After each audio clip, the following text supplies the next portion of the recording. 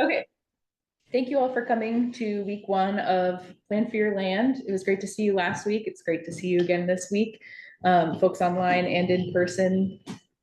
And yeah, so kind of a class outline today. We're really diving in. So we're going to have a presentation about conservation stewardship planning.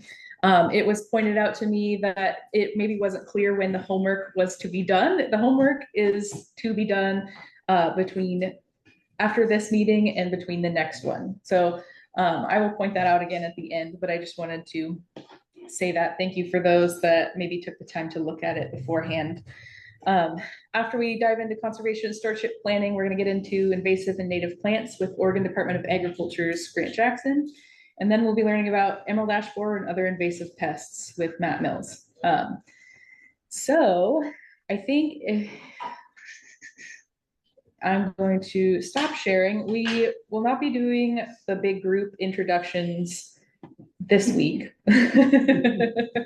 But again, thank you all for coming out. And again, if you have a question, please ask it in the chat, and our audio people, our AV people will make sure that your question is answered. And so with that, I'm going to pass it over to our first speaker, Alex Rice, who is the Habitat Restoration Program Manager at the Calapooya Watershed Council, and his background is in conservation planning. So.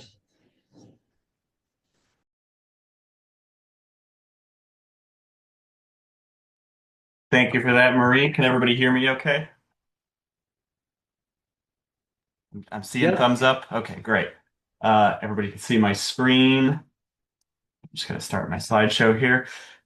Yeah, so hi everyone. I'm Alex Rice. As Marie said, I'm the Restoration Program Manager over at the Calapooya Watershed Council, and today we're going to be talking about conservation planning.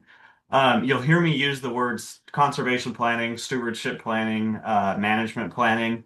The definitions there all do matter, but for the purposes of what we're talking about today, they're all basically interchangeable. Uh, so what is a conservation plan or a stewardship plan?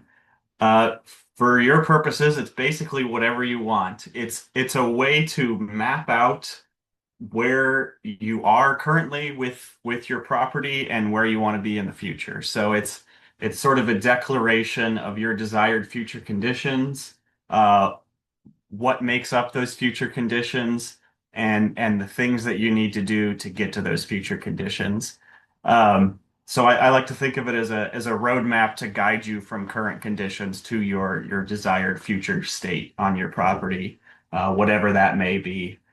And there's a number of ways to do that, but I like to think of these sort of four things as the most essential building blocks of a good stewardship or conservation plan. So that's going to be, and we'll go over each one of these in detail. Your goals. So what do you want? What's the big picture for your property? Your objectives. What are the conditions that need to be met to achieve your goals?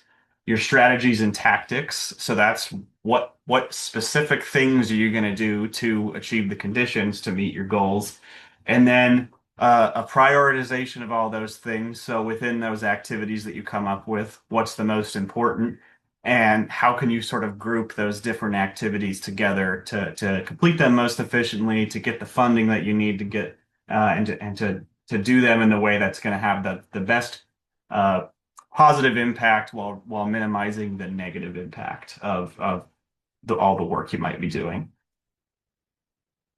So why do you need a conservation plan? As I said, it's a roadmap to guide you towards your conservation goals. So at a minimum, it's something that's just going to inform decision making for you. It's a way to organize your thoughts. It's a way to identify the obstacles between your current conditions and where you want to be with your property.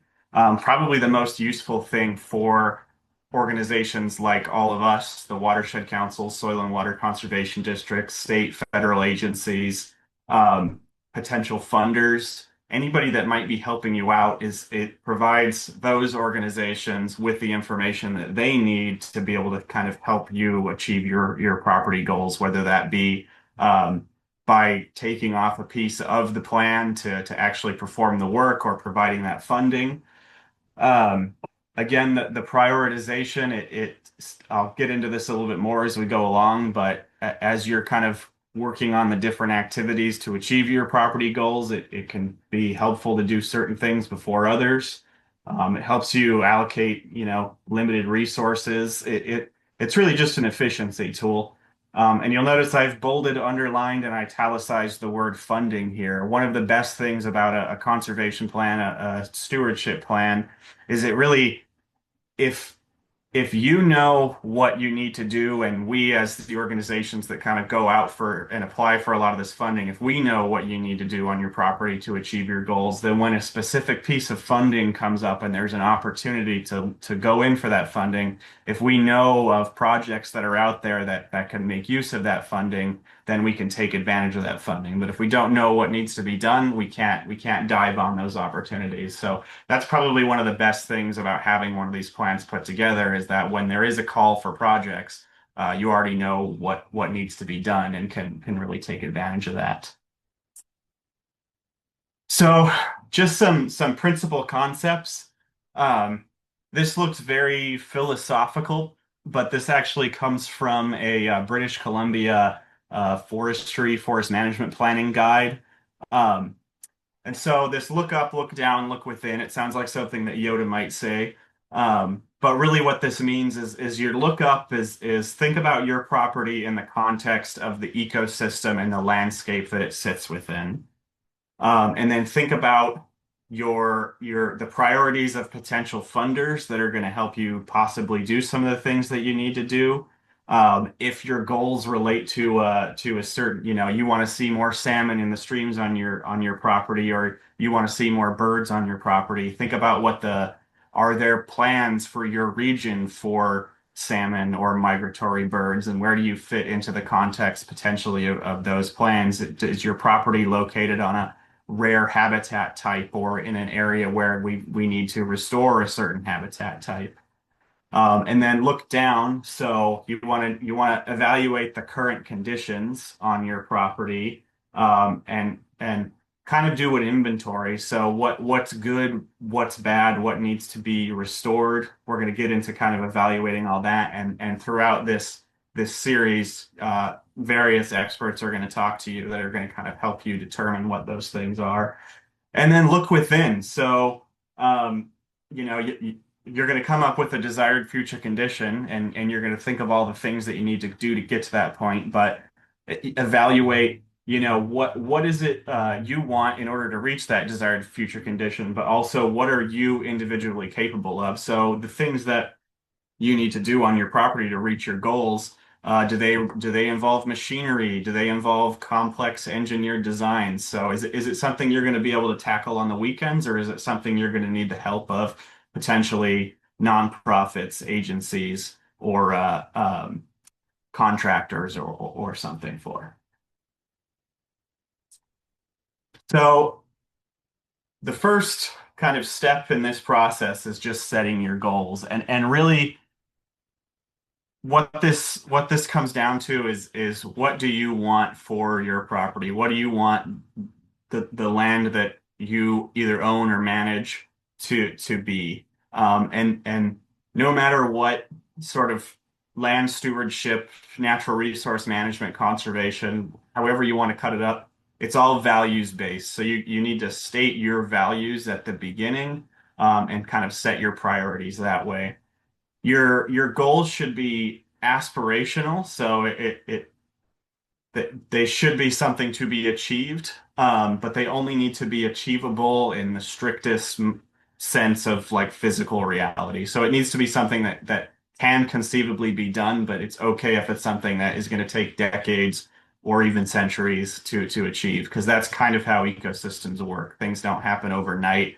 They happen via processes. And your role in all this is not going to be to put something together as if it was a Lego set. Your role is going to be to set processes in motion so that the ecosystem can kind of do some of the work over time. And so with that, what a goal really does is it sets your land management or your land stewardship on a path. It gives it a direction to go in. And so it can be a paragraph about what you want to see. It can be a list of sentences about what you want to see, or it can be a simple statement like, I want my property to be the best wildlife habitat that it can be, or I want my property to be uh, to be able to run cattle and sheep, whatever the thing that is valuable to you that you want to use your property for, that is what your goals should be structured around. So kind of once you have that, the thing that you need to do is assess your property. You want to define your current conditions in the context of you want the context of where you are in the context of where you want to be. So the way that this will work, and part of your homework this week, we've included some tools that various agencies have come up with to kind of guide you through this process. Um, this is going to be different for each person, depending on the size of your property, depending on how often you get to every corner of your property, and kind of what I say, and when I've done evaluations like this for people in the past, you don't have to walk every square inch of your property, but to the extent that is possible, you should put eyes on as much of it as you can. And you're kind of looking for trouble. You're looking for you want an inventory of both the good and the bad. So, do you have wetland features? What habitat features are present on your property? What species are using your property? Those kinds of things are like the good that you want to look for. And then the bad you want to look for is, do you have invasive species? If you have a stream or a body of water on your property, are you having erosion problems? Do you have a lack of trees in an area where you want to see trees? Do you have too many trees and you have risk of catastrophic fire, or your forest stands aren't as healthy as they could be? Um, if if wildlife habitat is your goal, are all the habitat components present, or are you missing some potential habitat components? You'll receive guidance on doing some of this stuff, but this is also a step that, state, federal agencies, watershed councils, soil and water conservation districts, they can help you out with this. In some cases, we can come out and evaluate some of this stuff, or we can at least, answer some of your questions, kind of guide you along in this process.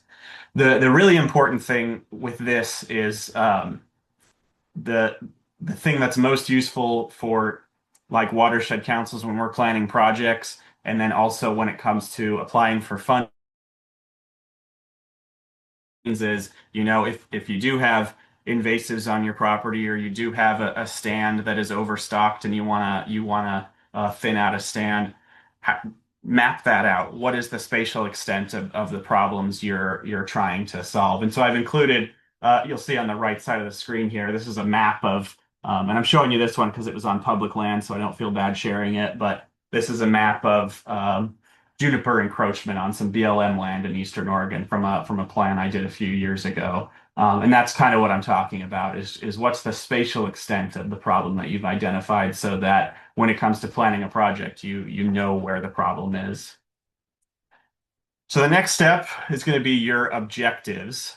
So your objectives are the conditions that need to be met in order to achieve your goal. So the goal is kind of aspirational, more pie in the sky. With objectives, we're bringing it down. We're getting a little bit more tangible. And so essentially your objectives are how the way in which current conditions become your desired future conditions. So an objective would be something like, if you were trying to be able to support more cattle, or if you were trying to be able to support more deer and elk, you might say, I want to increase forage for those species, increase habitat features, decrease invasive species, increase native vegetation cover. It's a tangible description of a change you want to occur in a specific resource or habitat type on your property. There's this acronym I like to use, and I think my colleagues are probably rolling their eyes because they've seen it a lot. It's SMART, and that's that your objectives should be specific, measurable, achievable, relevant, and time bound. And honestly, for the purposes of your property plans, I wouldn't worry too much about the time bound, because the idea behind making them time bound is it creates some kind of accountability. But for you, the time boundaries are going to come whenever things get made into specific projects. You'll have objectives attached to specific projects. The other thing is, don't get too bogged down in this step. This is more just um, people get really caught up on setting good metrics of success and making sure they're wording their objectives perfectly. But this is really just setting up the context so that you know what you need to be doing, I guess. And this is going to help guide you into the next step, which is really where the rubber hits the road. That's your strategies and your tactics. So these are your individual tangible actions. These are the things that you're going to do that are going to help achieve your objectives. These are individual activities that will make up projects on your property. And the only difference between strategies and tactics is strategies you can think of as like a menu of actions you're going to take. So if your objective is to increase food for birds, your strategy would be plant bushes that have berries on them. And then a tactic is going to be a specific application of a strategy. So it would be we're going to plant these berry bushes in this location at this time. And to be honest, that's even more complicated than we need to make it. So kind of for the rest of this entire plan for your land workshop, we're just going to refer to them as your stewardship activities. So coming up with good stewardship activities. So this is what are you going to do and where are you going to do it? So some things to consider. Can you do it yourself? Like I talked about. Is it something that's going to need equipment? Are you going to need the help of contractors? And in which case, are you going to need funding to be able to do that thing? Um, if you need funding, do you need agencies or a nonprofit to help you? Do you need an agency or a nonprofit to help you plan out what the activity might look like? This comes back to that look up. Is it legal? A lot of natural resource management activities in the state of Oregon are governed by various agencies, and so if you're working in streams or if you're working in forest systems, you might potentially need to do some planning and to ask various agencies permission to do that thing, which might involve permits, which again might require funding, which might involve engaging the help of nonprofits or agencies. And then the thing to think about is how does that activity achieve one or more of your objectives? Um,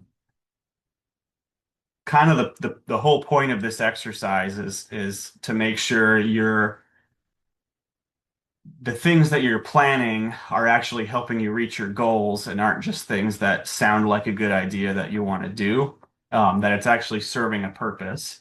And within that, the other question to ask yourself is does the activity do more harm than good? And that's a really critical concept in conservation and in ecological restoration.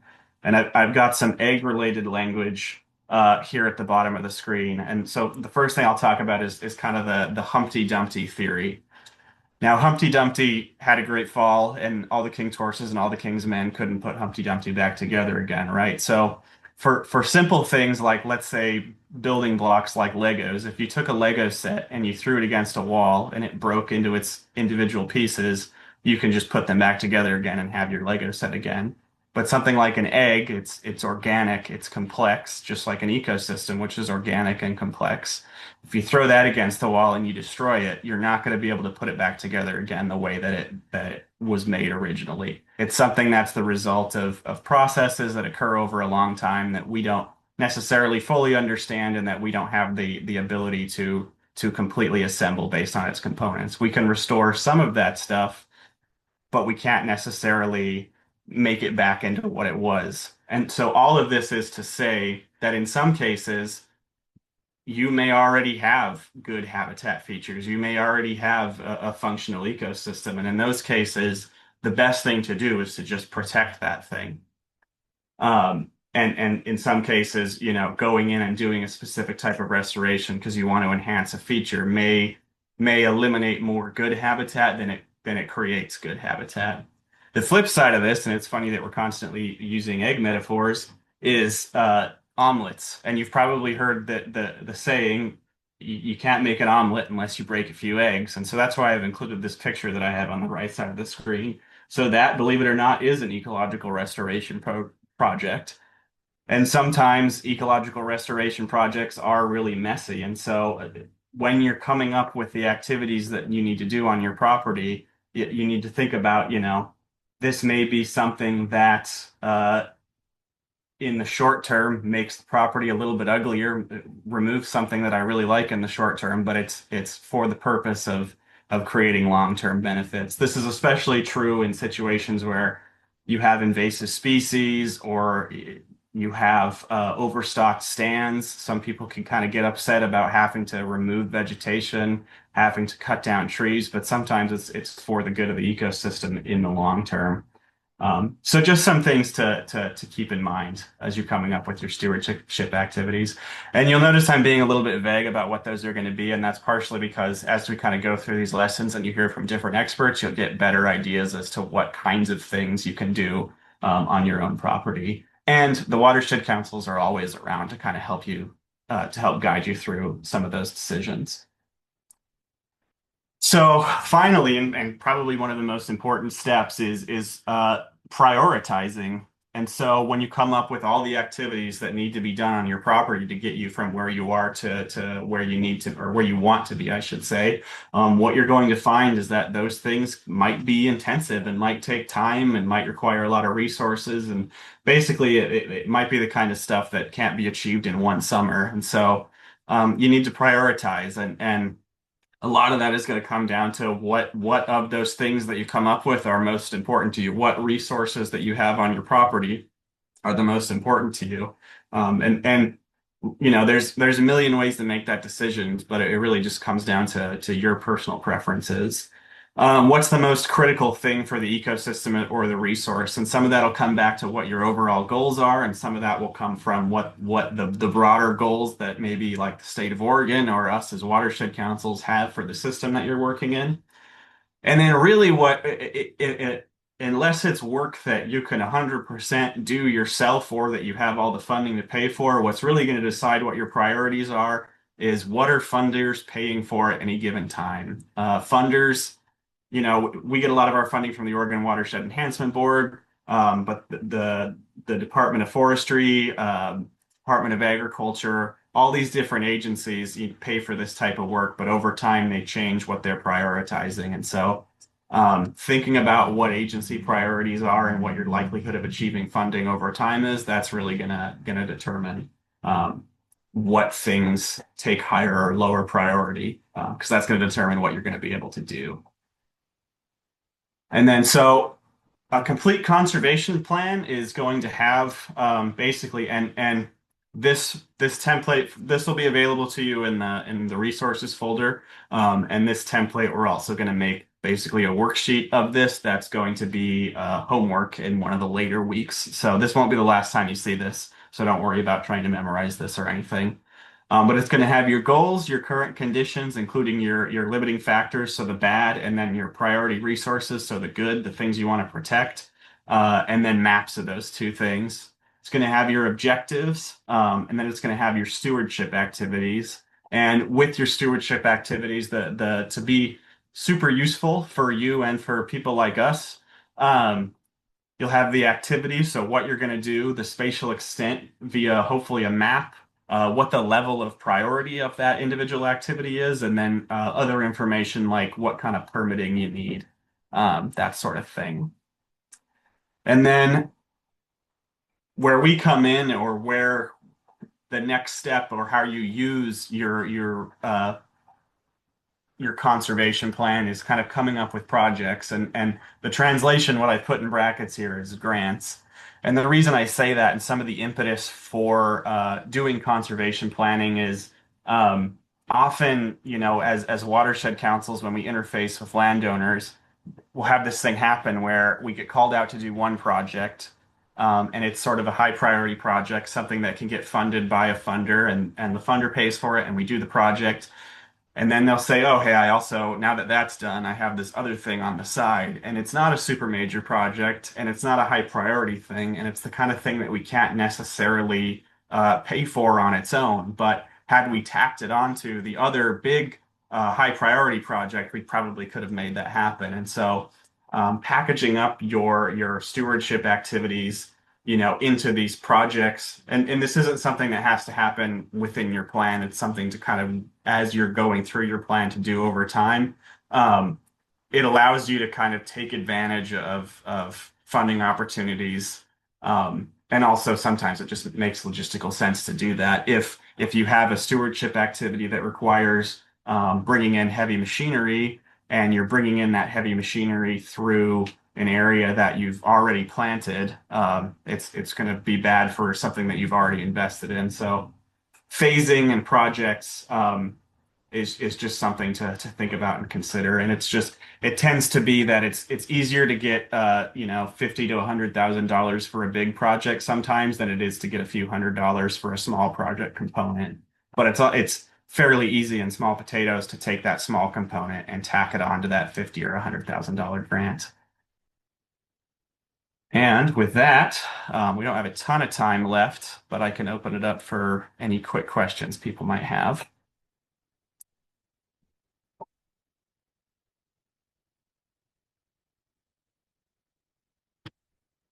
We got one here in the Monmouth viewing party. Okay. Question is, how are the outcomes of the plan or the activities assessed for success? Yeah, so that kind of goes into your objectives, right? So you want objectives that are going to be, and this will be kind of when we get to the step of actually putting this together, this will be included in the worksheet that we put together. But you'll have kind of a metric of success with that. So there's a few ways to go about it, and it just depends on how granular you want to get. But like if your metric is increase forage for elk and deer, there are ways to measure that, but sometimes it's just a matter of you can assess the cover of desired species. It really just comes down to what your objectives end up being.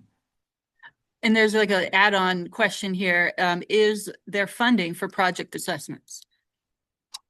I don't know what's available right now. I have gotten funding to do this kind of assessment in the past. In fact, that map I showed you of the BLM property, we did those assessments across an entire sub watershed. So yeah, and it just depends on what agency or organization that you work with. So there's usually a way to, and depending on how big your property is and how nice you are to us, there's usually a way to figure out how to get those assessments done for people who need help. Seeing a hand raised in Jefferson. My question is, a lot of the things that I need to do may not agree with what the state thinks are taxable. And how do you protect the land? Because obviously we can't afford it if we can't get the tax breaks. Okay, sorry if I'm understanding this right. It's achieving your goals when they run contrary to the state tax breaks. That's correct. Maintaining Yes. forest or agricultural. Mm-hmm. So some of that, there's ways to get creative, but that may just end up being a constraint on what you can do or the pace with which you can do things. Yeah, unfortunately.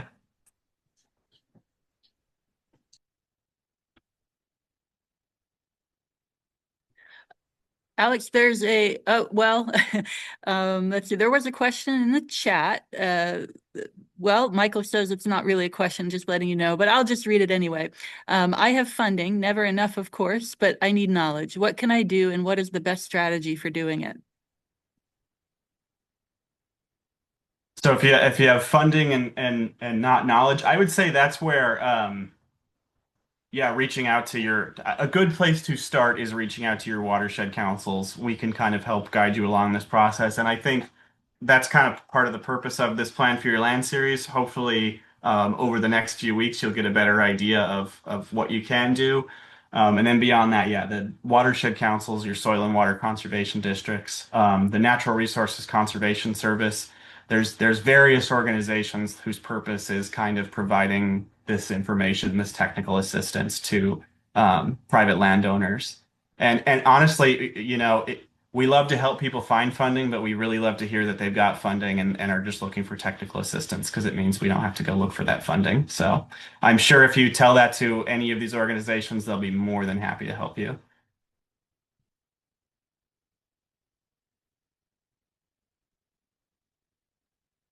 Okay, a question from Rose. Is there a general best time frame for setting goals in a conservation plan?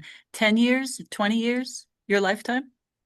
Yeah, it kind of depends on your goals. So like when I've written forest management plans in the past, it's you kind of think 80 years out, and it's not necessarily that you're gonna lock yourself into this plan for 80 years, but ecosystems develop slowly, and so you do kind of want to think you're thinking about the ecosystem process as kind of like on a century scale, but you're thinking about the things that you're going to actually do more on like a 10-year scale, if that makes sense.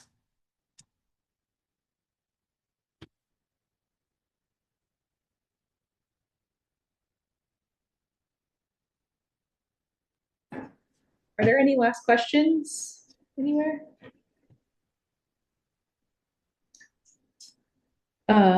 Kind of hearing nothing. Thank you so much, Alex.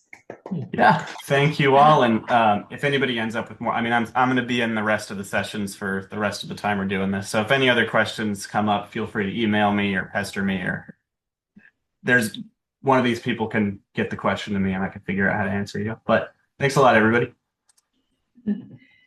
All right, thank you. So kind of getting ready to move into our next section about invasive and native plants. We're going to be handing it over to Grant Jackson, who is the Integrated Weed Management Specialist for Central West Oregon. Grant does a lot of great work here in the Valley. Yeah, so my name is Grant Jackson. I work with ODA Noxious Weeds program. I've been in the program for a couple of years. Judging from the attendance on this call or on this meeting, I can tell that there's people on here that know more than I do already. So I'm a little bit nervous, but I'm gonna give it my best shot. My primary job with the department is uh, control of A-rated noxious weeds. And BT rated noxious weeds and some B rated weeds. I'm going to go over what those are in a minute, but and then we respond to A rated weed calls like when we get them and we go out and we control them on the private or public lands. But the B rated weeds, since they're more widely distributed, we don't have the resources to go out and control blackberries or Scotch broom or Japanese knotweed on private land. We just don't. So those projects we offer technical assistance, and we try to get grant money to SWCDs and other organizations that are going after those types of weeds in certain areas. But yeah, it's our primary objectives with ODA noxious weeds are going after the A-rated weeds. And here's our map. We have 6 regions in the state with 6 folks and a small support staff that are doing noxious weed work in a state that's almost the size of Germany. So we have 6 people doing that stuff. So if you've been to Eastern Oregon or if you're from there, there's a lot of space to cover. Even in Central West, my region, I have 6 counties, so I can't be everywhere at once. I gotta go out to the coast. I gotta go to the mountains. I gotta go to the valley.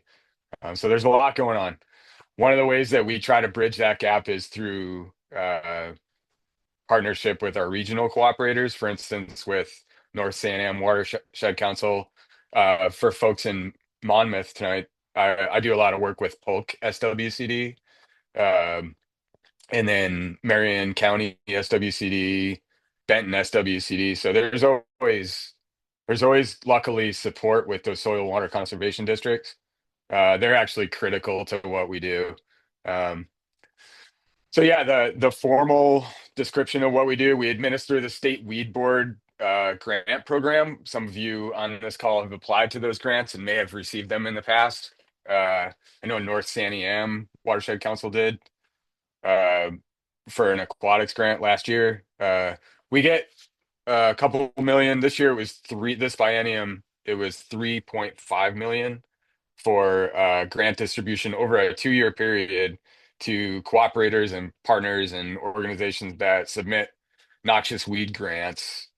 And we dispersed that over the course of 2 years. So it's like 1.75 million this year, and next year it's another 1.75 milli that's going to go out to grant applicants from across the state. So that's it sounds like a lot of money, but when you parse it out, and it goes to applicants from all over the state, so it gets taken up pretty quick. Not everybody gets the grants. It's super competitive.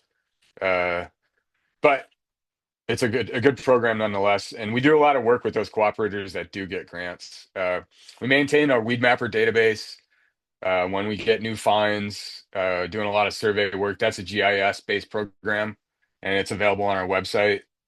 And then outreach and technical support to the general public through things like the Oregon Invasive Species Hotline. We get a lot of reports about noxious weeds, some of which are A-rated weeds, so we follow up on those, on the A-rated ones. And then enforcing administrative rule or revised statute in terms of, say, for instance, somebody has an A-rated weed and it needs to be controlled. We'll work with them to get that taken care of, and hopefully we don't have to go through any kind of enforcement channel there. Not in my tenure, we haven't.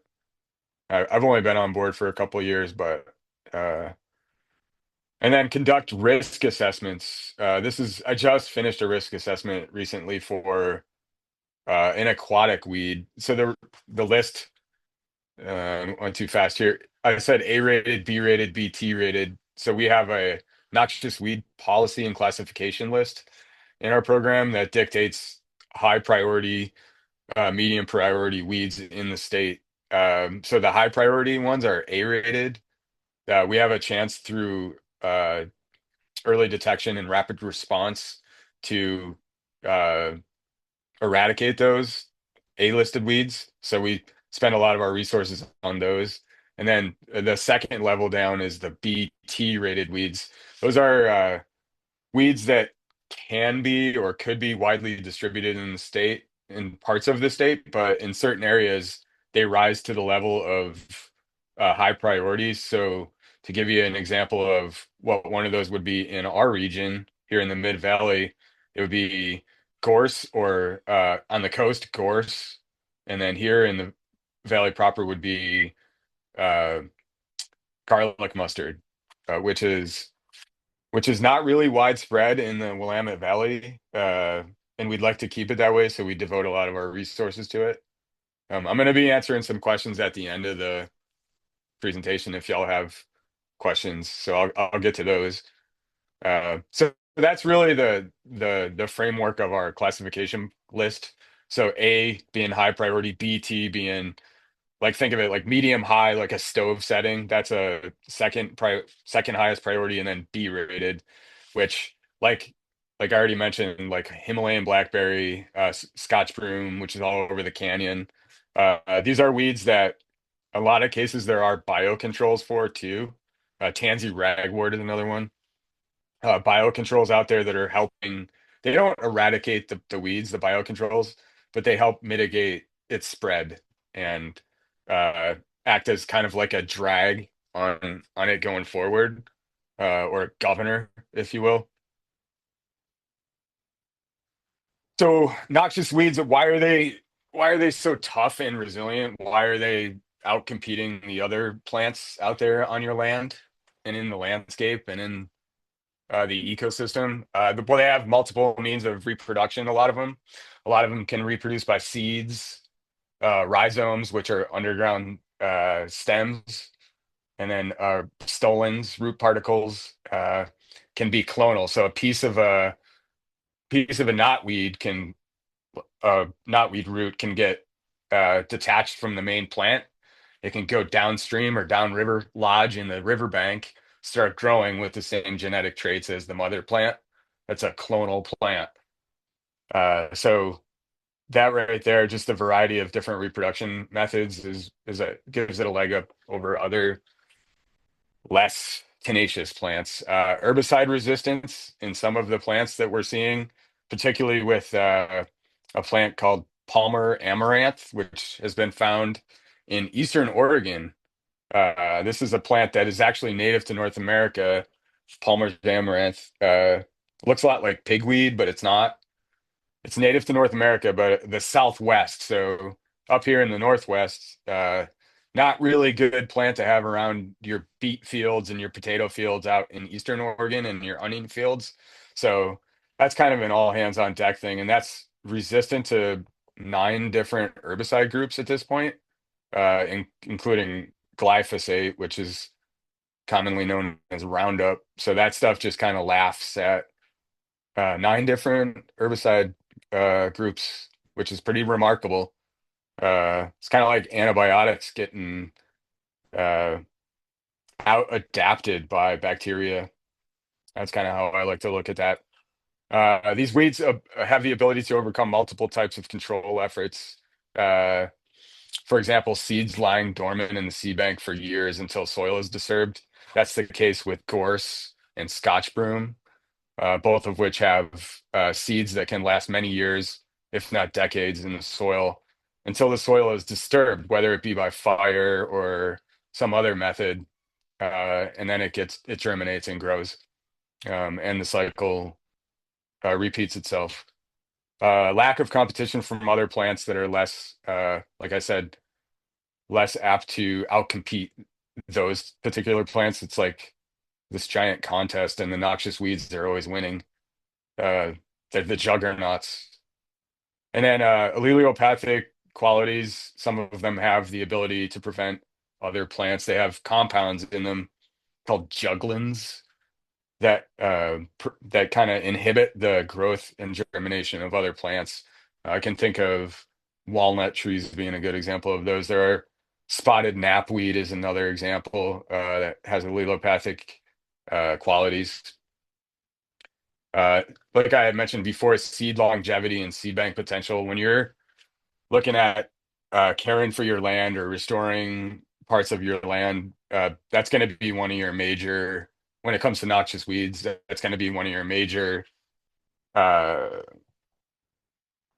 aspects to consider, because you might see a plant above ground, like a Scotch broom, for instance, in this area, or let me think of another one, tansy ragwort, or lesser celandine, which is starting to pop up right now all over the place. Um, they have tubers or seeds in the seed bank they'll keep coming back up unless you control them before they go to seed. So that cycle just keeps repeating itself. Weeds are often the first plant species to revegetate disturbed areas such as burn scars. One has to look no further than Santiam Canyon to see the hillsides with Scotch broom that have since germinated from the fires 5 or 6 years ago. Lack of public awareness from the general public. Most of us on this meeting are, I can imagine, are natural resources professionals with some degree of knowledge when it comes to invasive species like weeds and zebra mussels and emerald ash borer, that type of thing. But the general public, the layperson, um, they don't. And in my experience, I do a lot of explaining when I get out in public with friends that aren't in my arena. Like, what do you do for work, Jackson? And I have a lot of explaining to do, because accountants, everybody knows what they do. Like mechanics, we know what they do. Farmers, we know what they do. But you work as a noxious weed control specialist. I mean, on the surface, yeah, I kind of understand what you do, but the granular aspects of it, people don't really understand, and it's very easy to spread seeds around, whether pets or uh, your car or your boat or your shoes. I even find myself guilty of it sometimes. Like, it's easy to get lazy or just not even think about brushing off your shoes when you go from one area to another. The seeds get in they get in the down the bottom of your shoes and the treads. So you got to make sure you get that stuff out of there. especially if you were in an area that you think could have a lot of seeds, like Queen Anne's lace is a huge deal in August and September. Like that stuff, if you just walk near it, I feel like the seeds jump onto your pants and they go wherever you go. That was happening to me a lot this past fall because that stuff's all over Salem. Uh, Wild carrot, and it's a big deal in Eastern Oregon. They don't have too much of it out there in Central Oregon near Bend or Redmond yet, but they do grow a lot of carrot seed crops, and there's a big fear of cross contamination with Queen Anne's lace out there. So, and then they weeds will grow anywhere. You think of something like tree of heaven or blackberry. They can grow on like the most like useless soil profiles around, right? Like when we grow a garden, when we want to grow potatoes, we have to have nice loamy soil so we can hill them up and stuff. But these weeds, they don't care about that stuff. They're used to being neglected. So that brings us to the next question. How do you overcome that type of onslaught if you're a small landowner? I live on a my wife and I live on a like a tenth of an acre in Salem. We've been here for I don't know 11 years now, and it's hard enough to maintain my own yard, especially this time of year when we're getting a lot of moisture and growing degree days, right? Like it's been abnormally warm, so things are starting to pop a little bit earlier. I've been noticing a lot of bitter cress around that stuff. It's I don't have a picture of it on this presentation, but um, some of you probably know what it is. It's a little mustard. I think it's in the mustard family. It seeds pop and they jump all over the place when it gets like brushed up by something or when it gets brushed into by something. And they're popping up right now in my lawn. I've been pulling them. The best way to stay on top of weeds or these noxious weeds that I'm talking about, whether it's lesser celandine or Japanese knotweed or Himalayan blackberry, whatever it is, it's just going to be correct identification first. With you got to know your pest, right? I spent 15 years in the pesticide realm before shifting over to this area. The mantra there was always know your pest, know your prescription on how you're going to control it. You can't hit a virus with antibiotics just like you can't hit uh, grass or monocot weeds with a broadleaf herbicide. You got to know what you're dealing with in order to control it. Somebody on the previous presentation was asking about finding knowledge, and that's knowledge is power, right? Now it is straight up knowledge is power. That's why AI is so fascinating yet daunting at the same time because it has access to instant knowledge, right? Uh, uh, you got to know what you're dealing with. Finding out what that is going to give you insight into your control tactics, whether it can be manually controlled, whether it has to be chemically controlled. Not all weeds can be mechanically or manually controlled. You think about knotweed on riparian systems, you don't want to start digging that stuff out. You're gonna just spread it around. You have to control it with, in most cases, unless it's a really small patch, you have to control it with systemic herbicides like imazapyr. Um, and so knowledge is power, know your pest, know your poison. Uh, if you're going to take an integrated pest management approach, which is kind of the best all-around solution to weed control on your land, you got to be uh, taking into account different methods of control and scouting and surveying and paying attention to the weather. Like for instance, right now, we've had one of the warmest winters since like 2015 or even before that. And it's a lot different. Like things are starting to sprout. Like I said, I've been seeing lesser celandine all over the place. I've been seeing bitter cress. I've been seeing, the march of the noxious weeds is upon us early this year. So you have to pay attention to that sort of thing. You can't just wait till bitter cress will go to seed in like another week. and I'm trying to get rid of those things in my yard before they go to seed, so I don't have as many problems next year. I want to try to minimize that seed bank. And then proper use of herbicides. I'll get into that a little bit down the road here. Timing is everything with controlling noxious weeds on your land. Like I said, you want to get these things before they go to seed. Whether, maybe it's a situation where you're not going to be able to get them all pulled out, or you don't want to spray. At least if it is okay for that particular species to mow it before, if some weed species will, if with successive mowings during a season or two, it will eliminate them if you mow them before they can send out enough foliage to photosynthesize, it'll help degrade them. It's not always the case though, because some weed species will develop branches underneath the cut, on the axils underneath the cut. So you got to look that information up online.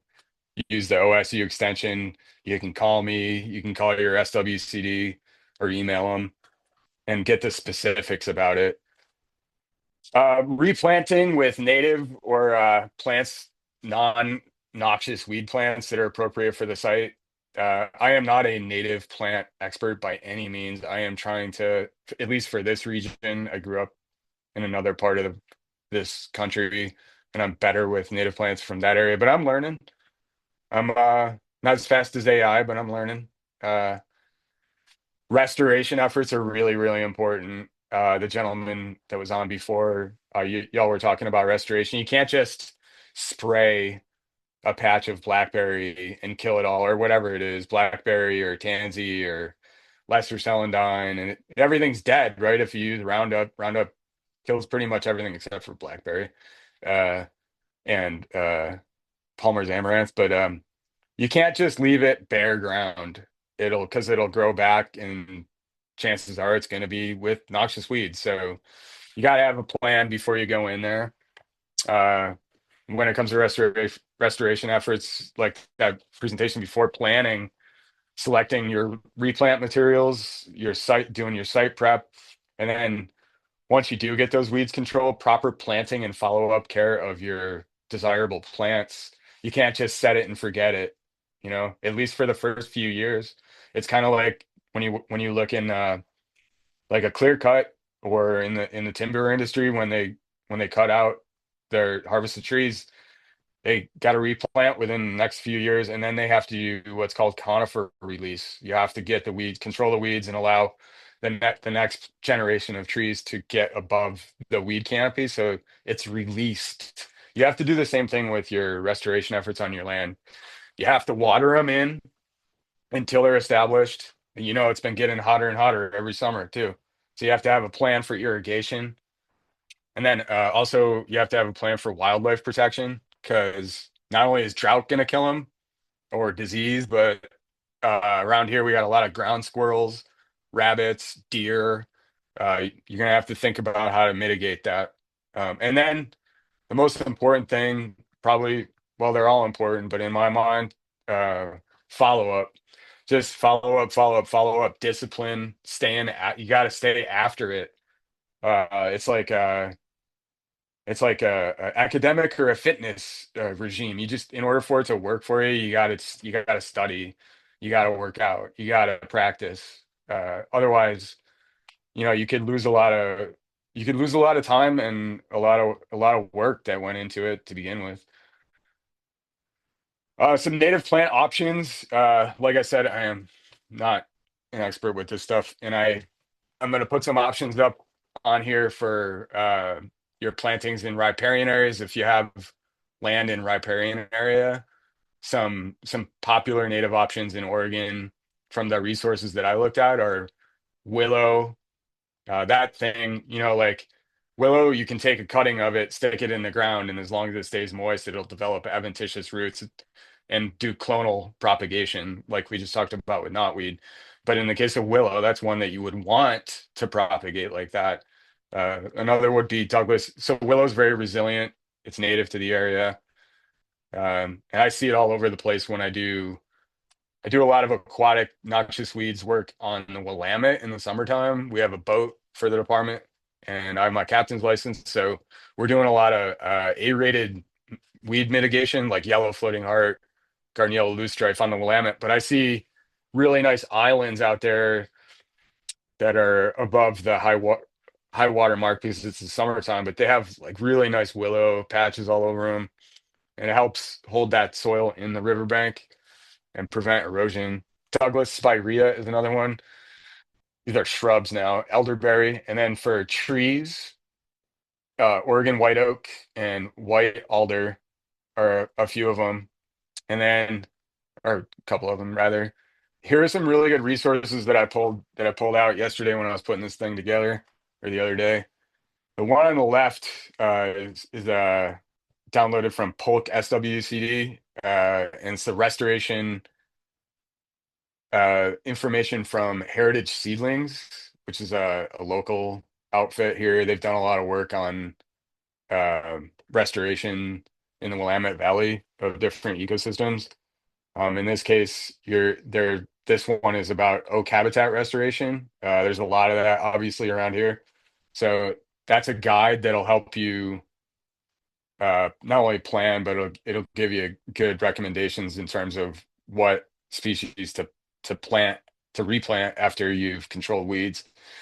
And then the one on the right is Applied Ecology, Institute of Applied Ecology. They're a local organization here that does a lot of restoration work. I've worked with them several times before, and their staff are awesome, super knowledgeable. An author by the name of Bruce Campbell put this one together a number of years ago. Landowner's Guide for Restoring Oak Woodlands, Wetlands, Prairies, and Bottomland Hardwood and Riparian Forests in the Valley. So the one on the left can be located at the polkswcd.com website out there in Polk County. And then appliedecology.org is where you can download. And these are free downloads. You can download them. This is from Prairie and Oak Habitat from the Heritage Seedling Company. So they give you a bunch of grasses, selected grasses and forbs for disturbed ground and burn piles. So your disturbed ground, in your case, if you're doing weed mitigation, noxious weed mitigation, is going to be where you sprayed or where you pulled or where you tilled or where you disked, plowed, whatever. And then you can replant with these sorts of species. I'm not going to go through them all. You can find that stuff on those sources and talk to your local SWCD agent or OSU extension too. Will help you out. They have also put out a guide to riparian tree and shrub planting in the Willamette Valley. This has not only species recommendations in it, but management tactics and strategies for those restoration areas. So my background is, my specialty is pesticides for most of my career in natural resources. And so I want to just go through a little bit of safety stuff because I have my public applicator license and I spray all the time during the season. And as careful as I am, I try to be super careful. I wear the right PPE. I follow the pesticide label to a T. There are just instances where you're going to be exposed. So try to make every effort to protect yourself when you're spraying. If you decide to spray, you don't always have to, but know what you're getting into. Know whether or not your herbicide is broad spectrum or selective. Broad spectrum means it'll kill everything it touches, including grasses and broadleaves. So an example of something like that would be glyphosate. That's the one everybody knows. And we use a lot of glyphosate because it's actually really good in aquatic ecosystems, has low residual toxicity, good efficacy with most weeds. Most weeds are not resistant to it. But know what you're getting into. It's like I told you a little while ago, you gotta be able to identify your pests. and then you can go from there to select your herbicide. Some of the herbicides that I like to use have residual effects that will help contain that seed bank. Say for instance, I do a lot of spotted knapweed control on the passes. Willamette Pass and Santiam Pass. We're trying to prevent spotted knapweed from getting into the valley from eastern Oregon, and it's kind of the passes right now are the like the Helm's Deep, to reference a battle from Middle Earth, of spotted knapweed right now. They're starting to come over. The orcs are coming over the passes right now. Spotted knapweed orcs. And so I use aminocyclopyrrochlor or milestone uh, to help mitigate that stuff because it has residual activity in the soil. And it's generally non-toxic for grasses, milestone. And it's also labeled for a lot of ecologically sensitive areas because it's a lower risk herbicide. Some herbicides don't have residual activity. So I can think of triclopyr has minimal residual activity, but does really well on broadleaf weeds and woody plants. Um, See, glyphosate breaks down microbially in the soil within under a month, within a couple of weeks. Imazapyr has a ton of residual toxicity, and that's the one that we use a lot for woody plants like knotweed, uh, tree of heaven. Uh, those the imazapyr is used a lot of times in cut stump technique and injectable herbicide techniques. So have potable water on hand to be able to wash your hands and your eyes if you get exposed, and then be careful of irrigation water. A lot of times, if you are near irrigation water and you're using something like imazapyr or something that can get into the water and has like a residual toxicity, that is not a good thing because it can wind up on an off target or non-target crop that you didn't want to kill. This happens a lot, believe me. Drift is another one. If you're using something like crossbow, which has 2,4-D and triclopyr in it, that stuff it can volatilize really easily in warmer temperatures. Uh, and those molecules they can travel distance and land on plants that you weren't trying to kill. Like we have the Oregon Department of Agriculture gets calls every year to go investigate instances where wineries or vineyards the plants in those vineyards have been injured by things like 2,4-D and triclopyr that have volatilized from uh, grass seed fields or other types of operations and have killed the grape plants. So knowing where the wind is blowing, reading the label and knowing the temperature, knowing when you can apply it based on temperature and weather, that's a huge deal. You can be held liable for any kind of damage you cause on somebody else's property, whether you're a private citizen or not. It's in the law federally and state. And then inversions, that's a big deal when it comes to weather. We've been having a lot of inversions here in the valley lately where you wake up in the morning and it's all foggy. That means the cold air has settled, cold air and moisture have settled into the valley, and the warmer air is aloft. So what that means, if you spray in a situation like that, it means your herbicide spray or your pesticide spray is just going to linger and it's going to move with those air currents that are staying close to the ground so they can move off of your property onto somebody else's property, still be strong enough to hurt non-target plants. So inversions are a huge deal. Most pesticide labels say not to spray during an inversions or not to spray when the wind speed is above 10 miles an hour. And then correct PPE.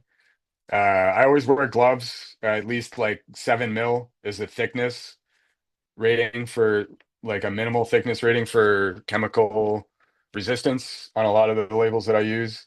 Hat, long sleeves, long pants, shoes, not open toe, and uh, all that information is available on the label of whatever pesticide you're going to use. Just make sure you read it and understand it, and call me or somebody else if you don't. We'll help you through it. Damage to non-target organisms is also illegal on a lot of those labels, so be careful out there with that stuff. Right now, I'm going to get into some of the weeds that are higher priority for us in the department. Like I had already alluded to, spotted knapweed is one of those. It's a biennial or short-lived perennial. And in the case of where we're trying to control, it's the road shoulders. This picture on the right I took earlier this year or last year up at Potato Hill for Route 20 on St. Ann Pass. This is behind the concrete guardrail. We're trying to, that patch has now been reduced by 80 to 85%, but we're trying to reduce the spread of it going west. Meadow knapweed is already in the valley, especially down in Lane County. But the spotted knapweed, it's not around yet, so we're trying our best to keep that contained to Eastern Oregon. I like to use Milestone or Transline. Those are aminopyrrolid or clopyrrolid, respectively. This is one I also talked about earlier, garlic mustard, BT. So it's kind of common in Multnomah County in certain parts, but as the further south you go in the valley, it's hit or miss, and we're trying to keep it that way. So I'm working with Marion County SWCD on this one, Benton County SWCD, and some contractors to help keep this one at bay. I don't see a lot of it around. I do a lot of walking. I have a couple of dogs, so I'm always on the lookout. So let us know if you see this stuff. Tansy ragwort, we got a ton of phone calls, not in 2025, but in 2024 about this stuff growing all over the place. I've seen it here in Salem in the past few years trying to make a comeback. This one is a B-rated, solid B-rated weed.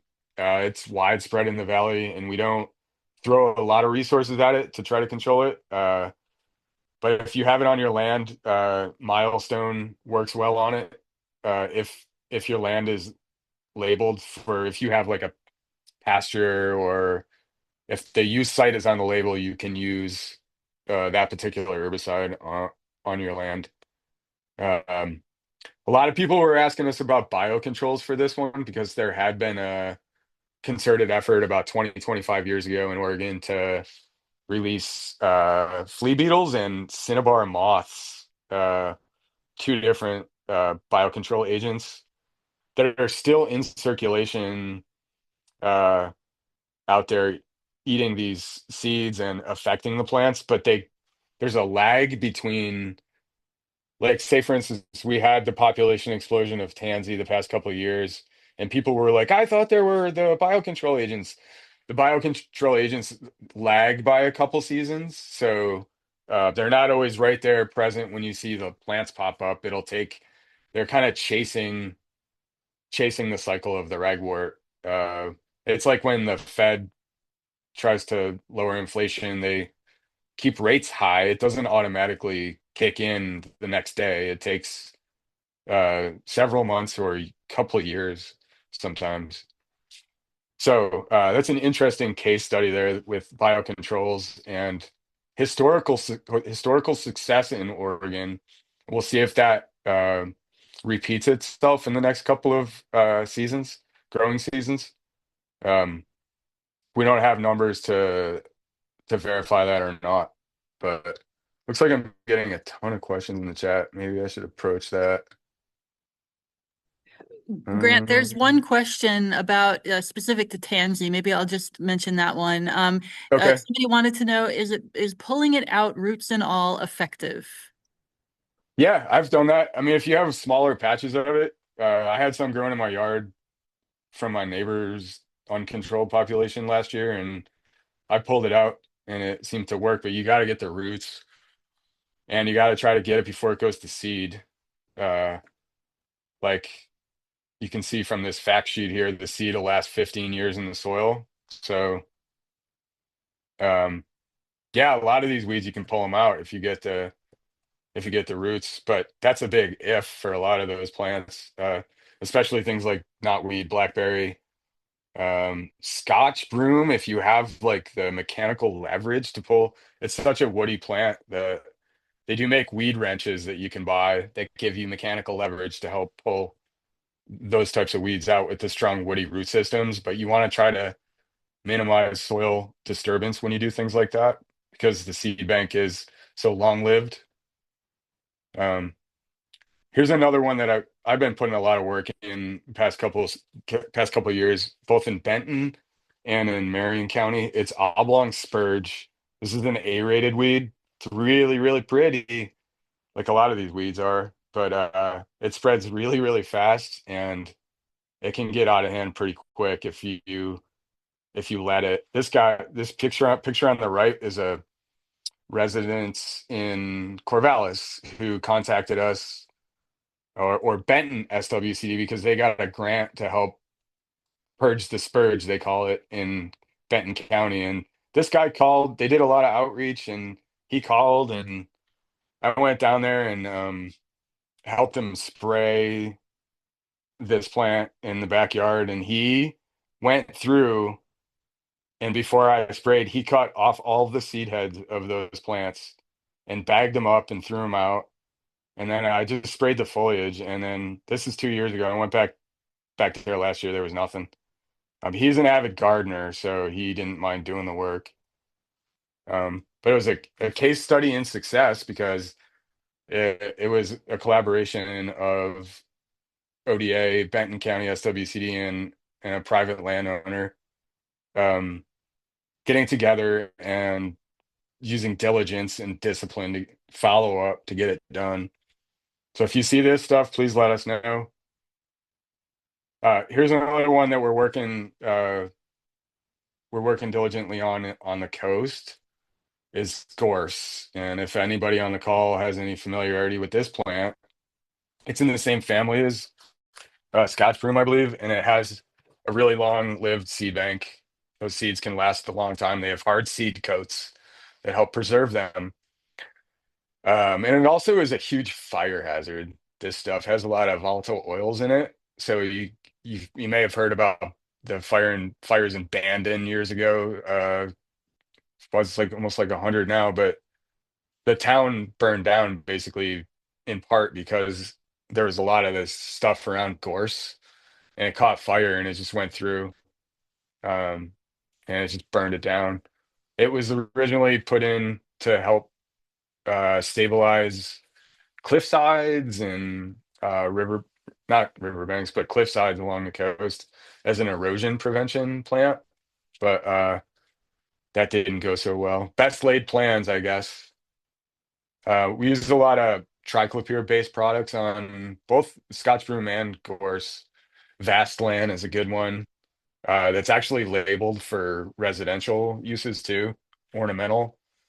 Vastland, Vastlan, Vastland. It's a good formulation to use on these and Scotch broom. Here's another one. Luckily, we don't have too much of it in our region. Patterson's Curse. This is a annual that spreads by seed, and we had a discovery of it on Dexter Reservoir 2 years ago, outside of Springfield. And I went down and followed up on it. I got a specimen, brought it back to the OSU herbarium. It was positively identified as Patterson's Curse. Australia had a huge problem with this stuff years ago because it'll just takes over pastures, fields, whatever, by seed. And one of the residents there in Lowell, where Dexter Reservoir is, was very astute on his taxonomy. He took pictures, he measured the flower petals, he went through his dichotomous key, and He got the Eagle Eye Award from the ODA that year. This population along the eastern shores of Dexter Reservoir has been successfully eradicated with the help of the neighbors and me getting down there and spraying it with Roundup. There was a patch of it, probably about, I don't know, 75 square feet, and I nuked it with Roundup, or not Roundup, but some off-brand glyphosate labeled for that use site, and it worked really well. So if you see this stuff around, please notify ODA. And here's everybody's favorite riparian. We're starting to see a lot of this stuff. Obviously, I know there's people from Mary's River on here. You guys see it. We see it in the Mackenzie. We see it pretty much every river system in the west side now. But we haven't given up on it yet. We're still involved in projects, surveying, and control. This one is harder for private landowners to get rid of, I feel like, because if the patches get too big, they require intensive control efforts. Like I had mentioned earlier, trunk injection methods where you're injecting with special equipment, concentrated imazapyr or triclopyr into the plant cambium and killing it systemically.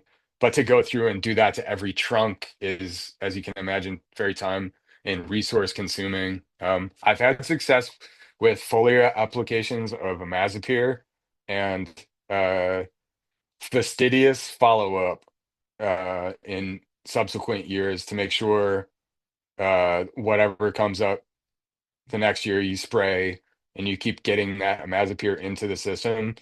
I like to do the treatments in the fall. A lot of these types of plants like knotweed and blackberry are sending carbohydrates into their root systems in the fall to prepare for winter hibernation and dormancy.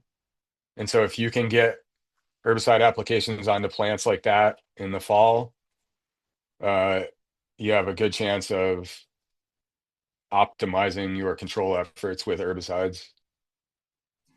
Great. I did want to And let you know we've got a few more minutes left. I don't know how much. okay, yeah, I'm gonna start cruising here. I'm almost done. All right, Scotch thanks. broom. Yeah, and my bedtime, I go to bed at 8, so this is kind of like yeah. Long live seed bank. If you're gonna go manual remove this stuff, with it like by pulling it, like try to minimize the soil. I've heard about, I haven't done it myself, but people have had success cutting it off at the base and immediately using like a concentrated herbicide to get into paint the stump, if you will, cut stump treatment, get it into the system quickly before it congeals over. And you want to try to get the seed bank is the problem with those guys, trying to minimize those seeds. They're legumes and they can get all over the place. You can see those pods right there in that one. Luckily for Scotch broom, there is hope. We do have the Canyon. I think in the next couple of years, ODF is going to be doing some herbicide work up there. And we're going to be doing a bunch of biocontrol releases for Scotch broom in that area this summer. We scouted out about 6 spots the other day that we're going to be releasing insects to try to munch the seeds on those things and help contain the spread. Tree of Heaven is another one I get a lot of phone calls about because it has underground runners that can go and spread like 40 or 50 feet away from the mother plant. And they go through foundations, under sidewalks, into pipes, like those old concrete plumbing pipes and stuff. They get clogged up. The best way to treat this stuff is with imazapyr or triclopyr with cut stump or hack and squirt or trunk injection methods. And if it's a big patch of it or something, and if you have the resources, it's a good idea to hire somebody that specializes in that work, because those are types specialized treatment applications there. Here are some high priority aquatic weeds that we do a lot of work on.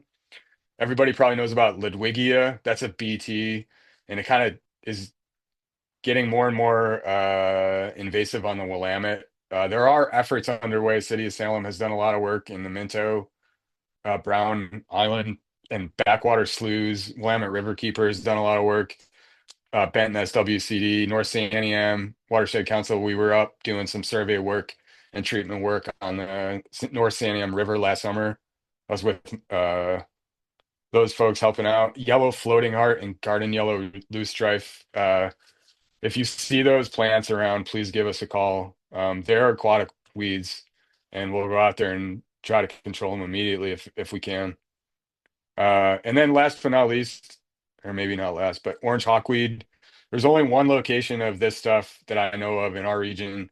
It's out in Depot Bay, and I've got it under control. There was only one plant that popped up last year after I had sprayed it the year before, and this was the plant right here. I pulled it out manually, threw it away in the garbage. I got it before it went to seed, which is really important. And then Himalayan blackberry is the last one. I already talked a lot about this throughout the presentation, but spraying it with triclopyr-based herbicides in September, mid-September through mid-October is the best time to control it.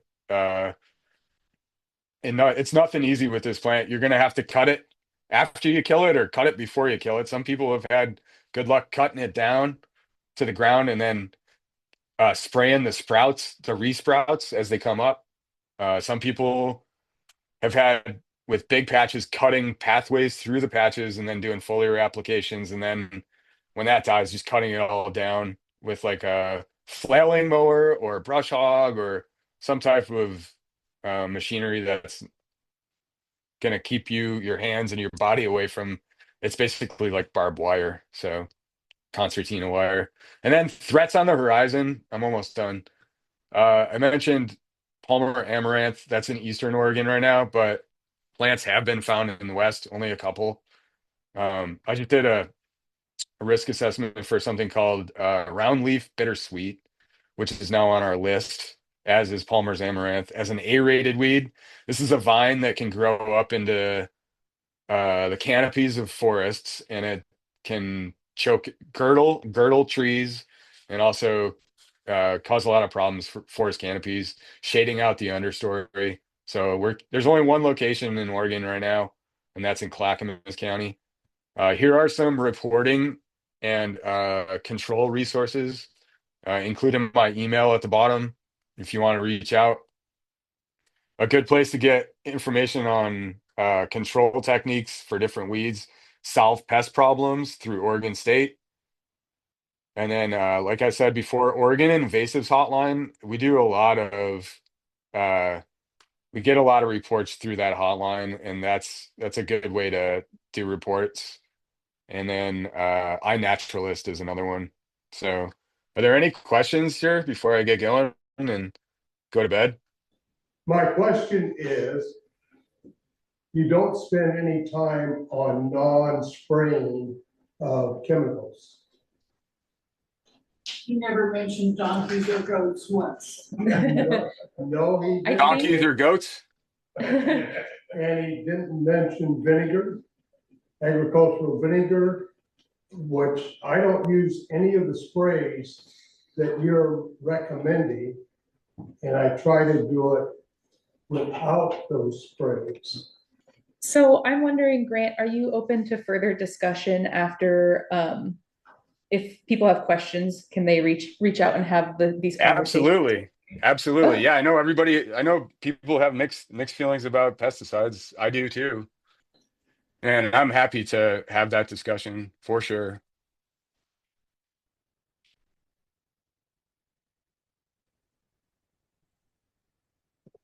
My name's Matt Mills, and I'm an Emerald Ash Borer Support Specialist at the Oregon Department of Forestry in the Urban and Community Forestry Program.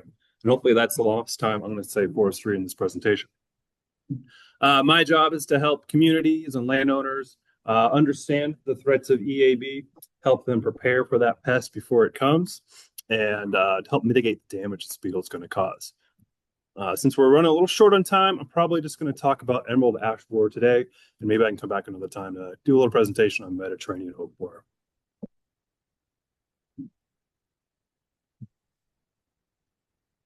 Something's up and it's not advancing. Try. There we go. I had 2 copies of the presentation open, that's fine.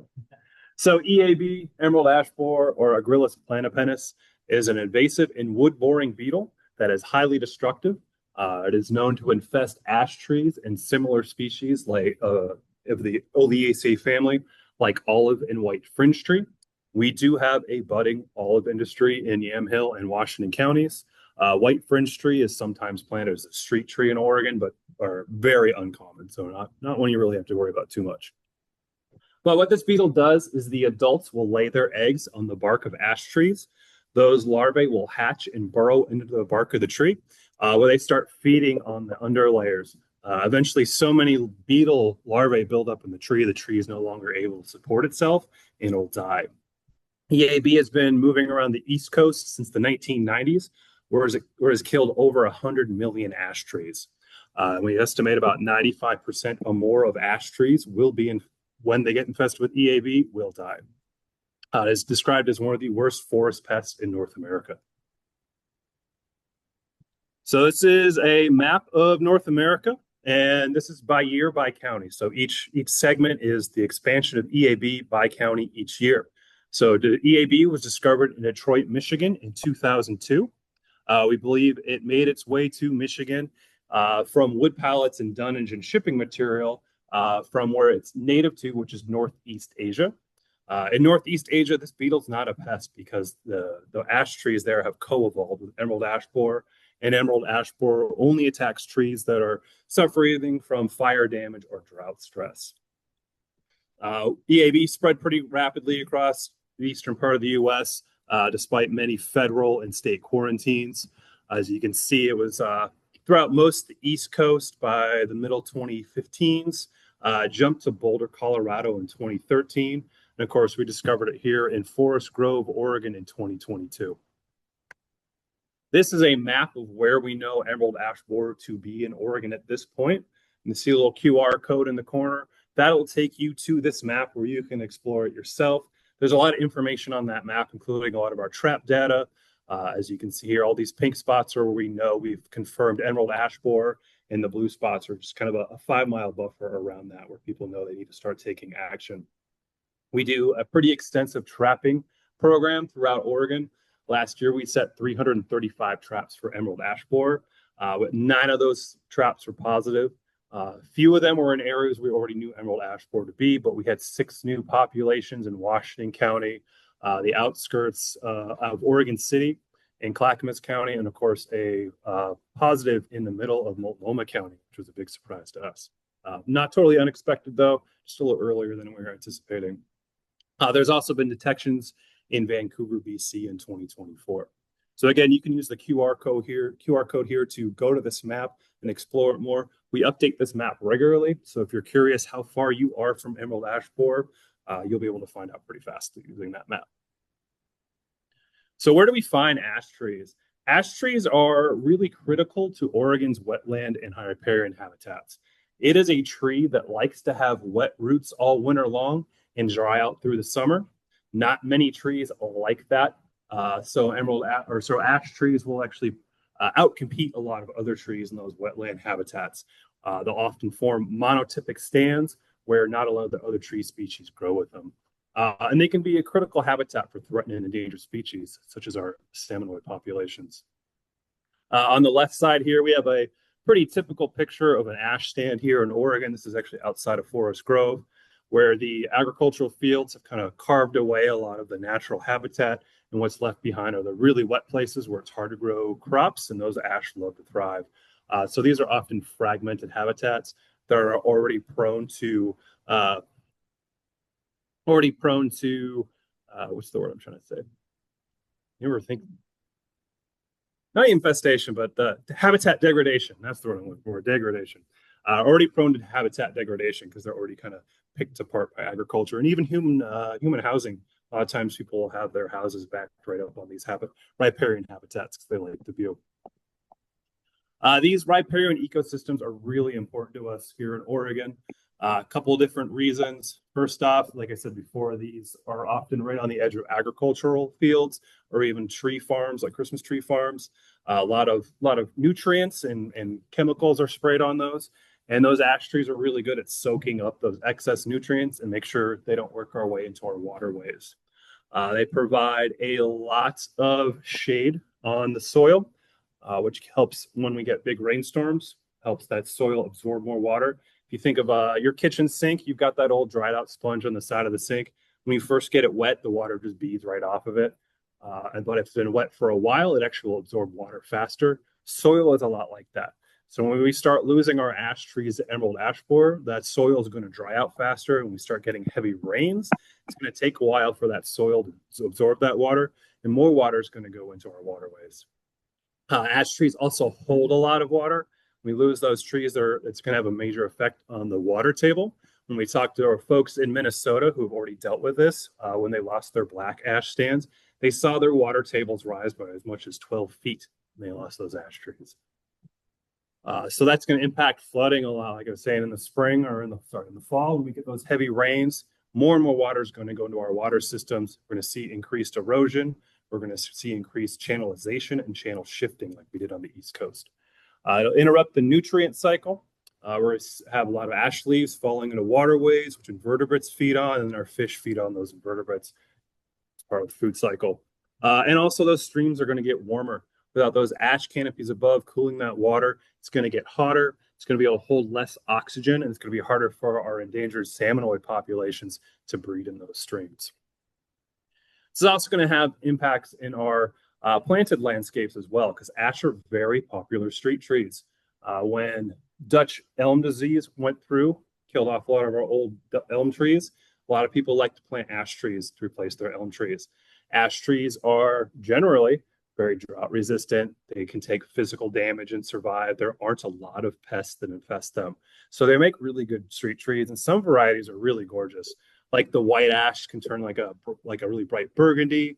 Their narrow leaf ash is kind of a purple color, and the golden ash and the green ash are both very like kind of golden yellow shades. So they're very popular street trees.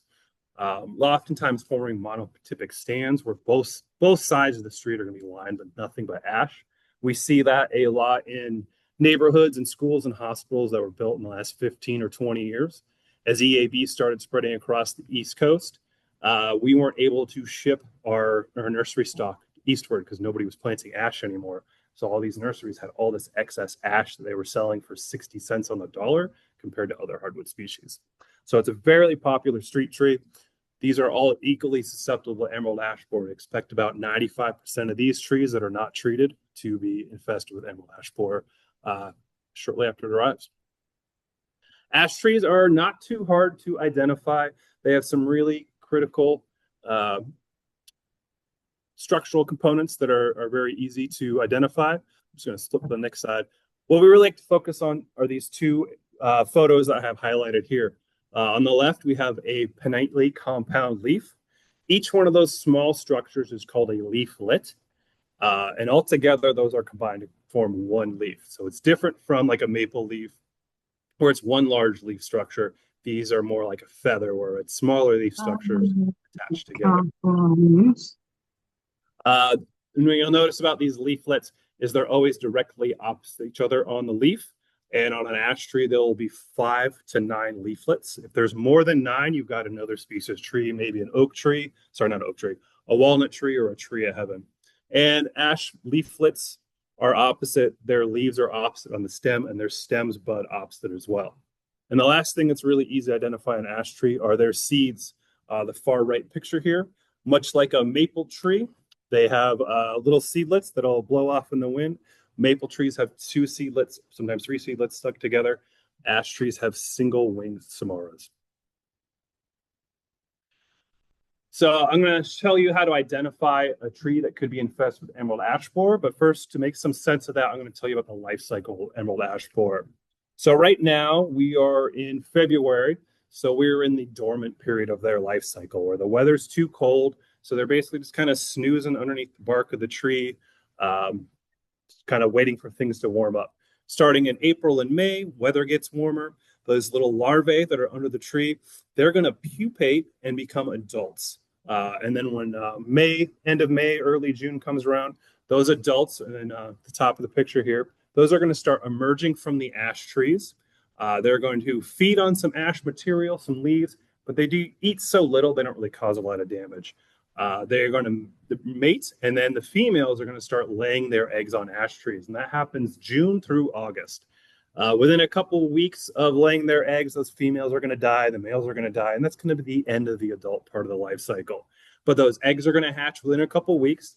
They are going to burrow underneath the bark, and they're going to start feeding on the cambium and phloem layers of the ash tree. And this is the part of the tree where water and nutrients are taken from the roots up to the leaves. Over the course of many years, so many ash borer have eaten away at this cambium layer, the tree is no longer able to get nutrients, and that's what causes the death. And then as the weather starts cooling down, again, those larvae are going to go dormant for the winter to start that cycle again. In areas where we have really cold winters or very low emerald ash borer populations, this cycle might take 2 years. So how do you identify an ash tree that is infested with emerald ash borer? The first thing you're going to want to look out is the crown of the tree, or the canopy, where all the leaves are coming out. That's the far left picture here. On the left side of that tree, you can see all the branches are dead. This is the middle of summer. This tree should be full of leaves. Half this tree is already dead. What's probably happened is some emerald ash borer have started making galleries, those where they've been chewing away at the cambium and phloem layers. The tree can no longer get nutrients up to that part of the tree in the spring, so it can't grow new leaves. So if you see a tree with a thinning canopy, could be lots of reasons for that. Could be drought stress, could be heat stress, could be some sort of fungal infestation. But when you see a thin canopy like that, you know something's wrong with the tree, and it's time to take a closer look. The center picture here, this is what we call epicormic sprouts. And these are when you get thin whips of branches popping out from either the trunk or a really large branch in a growth pattern you're not going to see anywhere else on the tree. These are also caused by the larvae feeding under the bark. And what the tree realizes it can't get nutrients past that dead section of the bark where the beetles are anymore. And it's trying to put new leaves out underneath that area in hopes to gain some energy from that section of the tree. These can also be caused by drought stress and heat damage, also physical damage. You look at the bottom of this tree here, there's a few epicormic shoots shooting out there. Probably somebody hit that with a lawnmower or weed whipper, damaged that part of the tree, and that's the tree's response. So if you see those two, we call that like one chili pepper alarm. Something's wrong with the tree, it's just time to take a closer look. And then the third picture here, this is woodpecker damage. There aren't a lot of insects that feed on ash trees in Oregon, so woodpeckers generally don't look at them as a food source. They'll occasionally check them out, but if you see an ash tree with a lot of woodpecker damage, that's a hint that something's really wrong with that tree. What you'll notice is the larger picture here, the woodpecker will come along and actually flake off some of that ash bark, and it'll leave these little blonde patches, and that's just the woodpecker looking for that larvae moving around underneath the bark. And the smaller picture here, those are actual woodpecker holes. They're going to be kind of round or maybe even oval shaped and like a centimeter, maybe a centimeter and a half around. So if you start seeing that, that's a little more indicative of EAB. We call that a 2 chili pepper alarm. Something's definitely wrong with that tree, better, more likelihood it's going to be EAB. And I will say our woodpeckers in Oregon aren't used to looking at ash trees. So their instinct isn't to go to an ash tree when EAB arrives. They have to learn that EAB is in that tree. They have to learn EAB is in the area, and they start teaching each other. So you can go from no woodpecker activity to a lot of woodpecker activity in just 2 years. So these are the things on an ash tree. If you see them, these are the signs of emerald ash borer. And this is damage that really is only created by emerald ash borer. On the left here, we have a bark split. This is caused when the larvae has been feeding under the bark. The tree's response is actually wall that piece of bark off. That bark dries out and it'll crack open. These bark splits tend to be about 3 to 8 inches long, really rough edges. If it's a long bark split, let's say 1.5 to 3 feet long, really straight, really clean edges, that's probably happened by the tree, moisture getting on the tree in a fast freeze and thaw session. That bark will split open. It's really nice and clean. Woodpecker damage, EAB damage is short and kind of ragged looking. The center picture here, these are the larval galleries that are created when the EAB larvae are feeding under the bark of the tree. They have this S-shape or serpentine shape to them, very distinct looking. Sometimes you can see the S-shaped gallery in the bark split like you can in our picture here. And finally, on the far right, we have the D-shaped exit holes. These are about 3 millimeters or 1/4 inch wide and very, very D-shaped. They always follow the same pattern. Just happens to be on this picture, all the flat parts are on the top side of the exit hole, but these can come out in any orientation. If you're familiar with bronze birch borer, it's a very similar size and shape because they're very similar beetles. So if you see these D-shaped exit holes on an ash tree, it's going to be emerald ash borer because it's the only insect in Oregon and most of North America that'll do this kind of damage to a tree. So if you see bark splits, X-shaped galleries, or D-shaped exit holes, these are 5 chili pepper alarms. That is emerald ash borer, and we want to know about it. So you can report these at the Oregon Invasive hotline. It takes about 2 minutes. We want to see your name and contact information in case we have follow-up questions. We really need pictures of what you saw, whether it's a lot of dead ash trees, whether it's D-shaped exit holes. If it's the beetle itself, well, that's pretty rare. We really want to see pictures. 40% of reports have no pictures, and there's not a lot we can do without a picture. And then a really good location, whether it's your address or a GPS location is even better. And again, this takes about 2 minutes to fill out, and it really helps us find EAB. It was a public report that told us that directed us to the EAB in Clackamas and Marion counties. We were trapping in that area for years and weren't finding anything, but a public report keyed us in, and we figured it out 2 weeks later that yes, it was EAB. So what kind of damage are we going to see from EAB?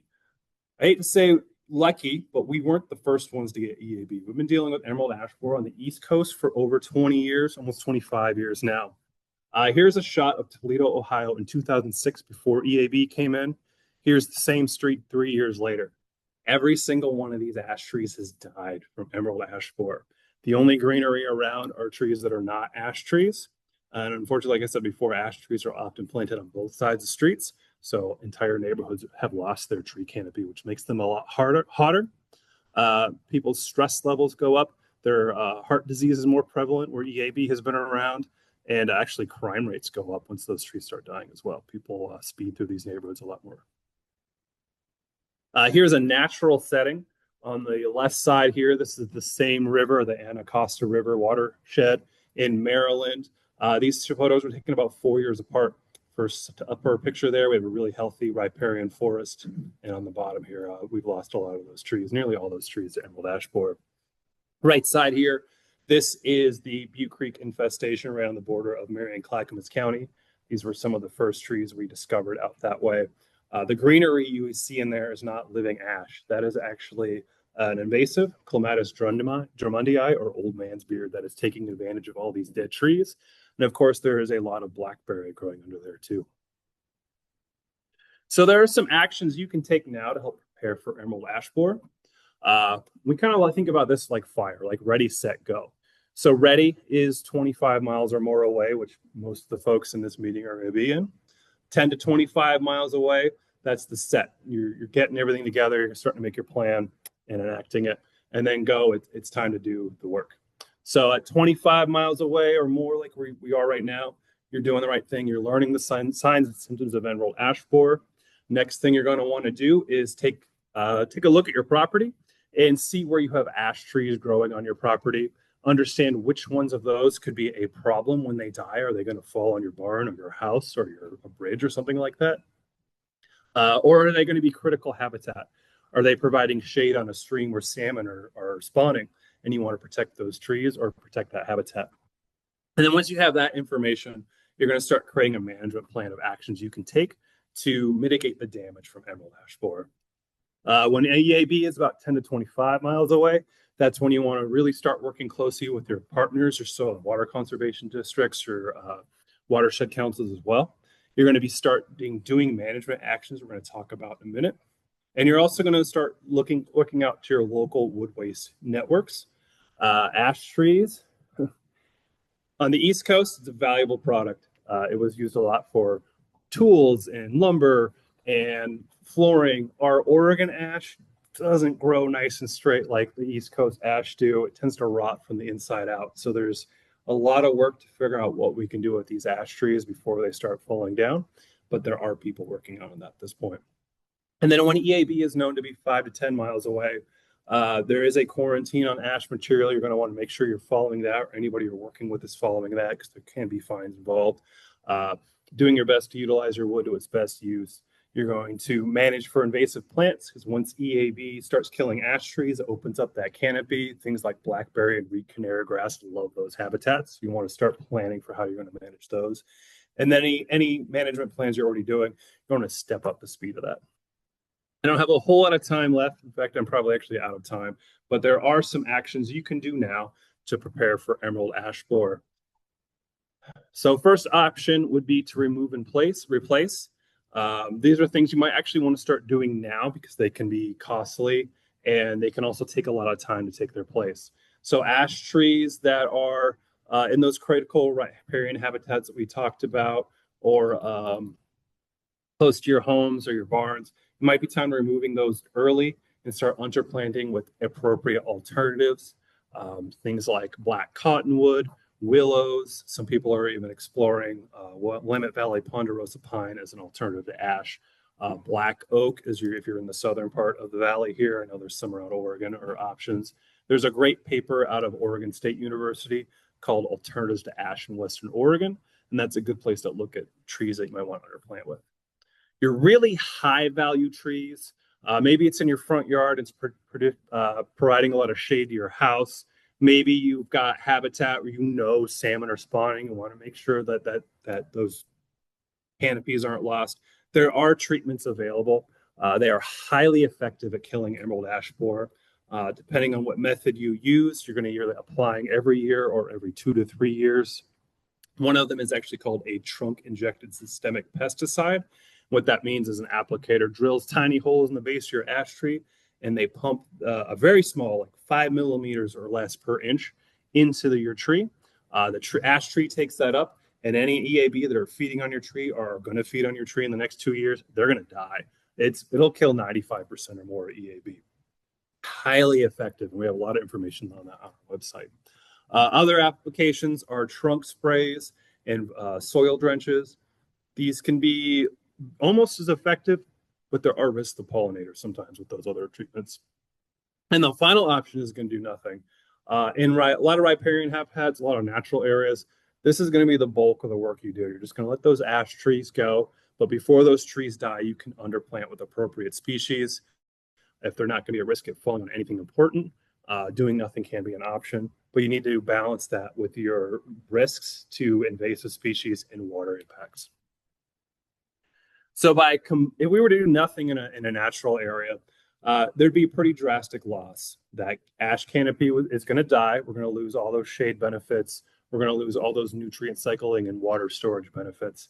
And you're going to see increased heat. You're going to see fish fecundancy dropping. You could see stream bank erosion and a lot of habitat loss.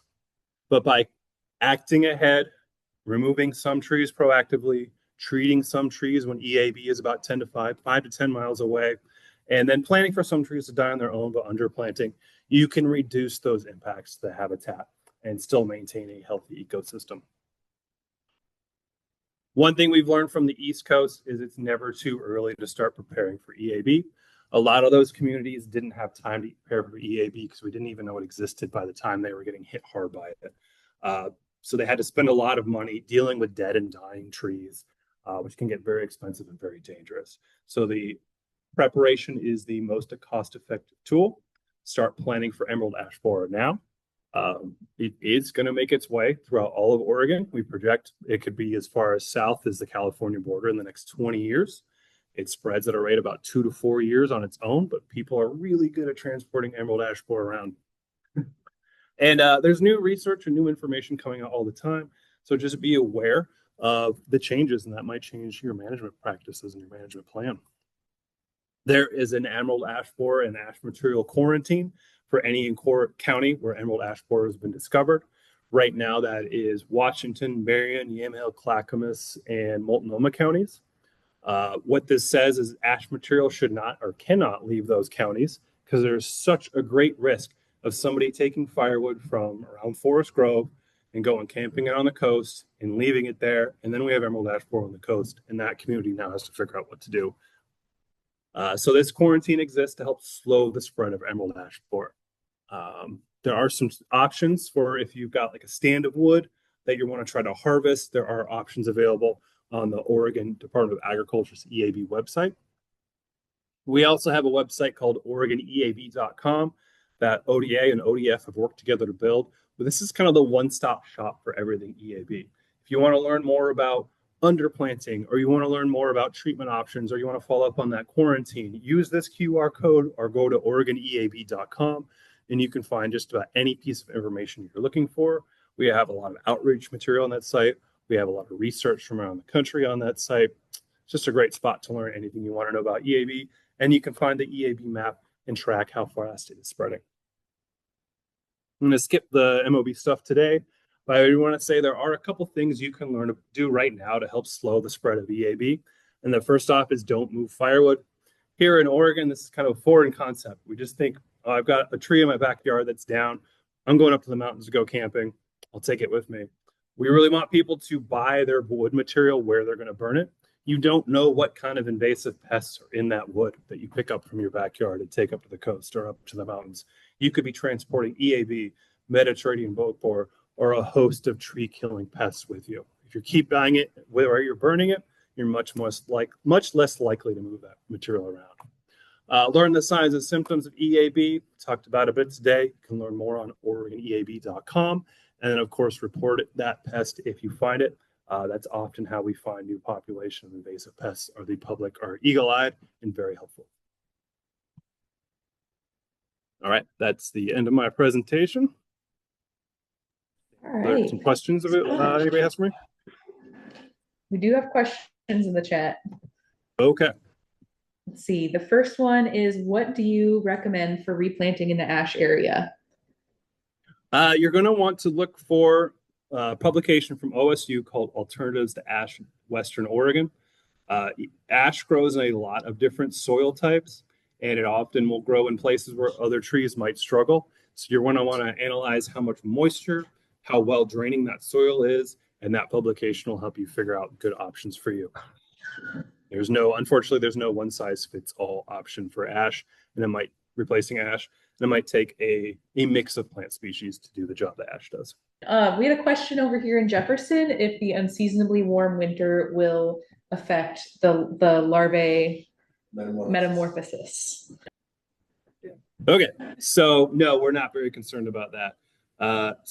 Very cold weather, we're talking like Winnipeg cold weather, might make an emerald ash borer life cycle take 2 years, but warm weather doesn't really seem to affect it. We'll still just have that 1 year life cycle. We'll see one generation. Yeah, we really still anticipate them to start coming out end of June. 4th of July weekend is like the peak of when the adults are out. Raise my own hand, and that's not what I want to do. Mary's River has their hand raised. Did they? Yeah, we have one question here. Yes. Do you have it in the Ankeny Wildlife Reserve or in Findlay? There's a lot of ash there in those wetlands. We have not detected it there. That doesn't mean it's not there. Emerald ash borer is very hard to detect, even with our trapping methods. You might have seen a really tall, like 2 foot tall purple prism trap hanging in a tree. That is the best tool we have for trapping EAB, and they're not terribly effective. You have to have a high emerald ash borer population before that trap can be effective. So really, probably in those spaces, the best tool to detect EAB is people actually going and looking at ash trees, looking for those D-shaped exhaled and bark splits. But no, we have not detected it in those spots, but doesn't mean we won't this summer. I know we're borrowing time a little bit. We did have a couple more questions if you have time to answer them, if people want to have time to stick around. Yeah, I'm good with that. Okay, one in the chat was, aren't young ash below a certain DBH less vulnerable? That's a little bit complicated. I'm going to say no, they are not. They're equally susceptible to EAB. I've seen emerald ash borer in shoots the size of my pinky. The research will usually say 1 inch or larger, but that's because the researchers didn't really look at things under an inch who were finding out. So I would say ash of any size is equally susceptible to EAB. Awesome. Your audio was breaking up a little bit again there. And And then the last question we had over at Jefferson was about, oh, maybe one more after that. Okay, one question we had over at Jefferson was one of our participants had seen that there was a fungus that's parasitizing the beetle and was curious about potential uses of that for like biocontrol. All right, this is a great question. We've been getting this one so much lately. Every beetle species, every insect species, really every species of any variety plant, human, primate, insect, they all have some fungus that attacks it. There was a recent study in Minnesota where they found native Minnesotan fungal species that will kill EAB. The problem is they did all this research in the lab where they can basically put the fungus directly on the beetle or put the beetle in a little box where the fungus is. So they had a very easy system to put the fungus on the beetle. Our traps aren't even good at finding EAB. So how could we get the fungus on the beetle in the wild? You have to get the beetle to the fungus, not the fungus to the beetle. So if we can't draw EAB to a trap, we can't draw EAB to like some sort of device that spreads the fungus. So that's one problem with that. It's very interesting. Hopefully down the road, we'll find a better way to trap EAB. But right now, it's just kind of curious thing to learn about. And hopefully we'll be able to find some similar funguses here in Oregon.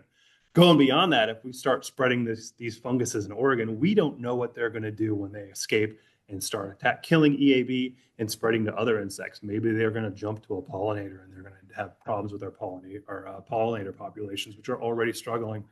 And it's the larvae that do the damage. All these studies are about attacking the adults. Well, the larvae under the tree are what's actually killing the tree. I understand you kill adults, you stop future generations, but you're not killing the beetles in the tree. So it's not as effective as a trunk injection systemic pesticide could be.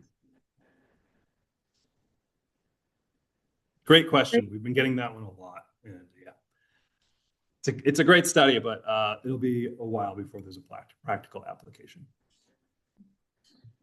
It sounds like you're recommending removal of trees. I live on the border between Marion County and Lynn County, next to the river.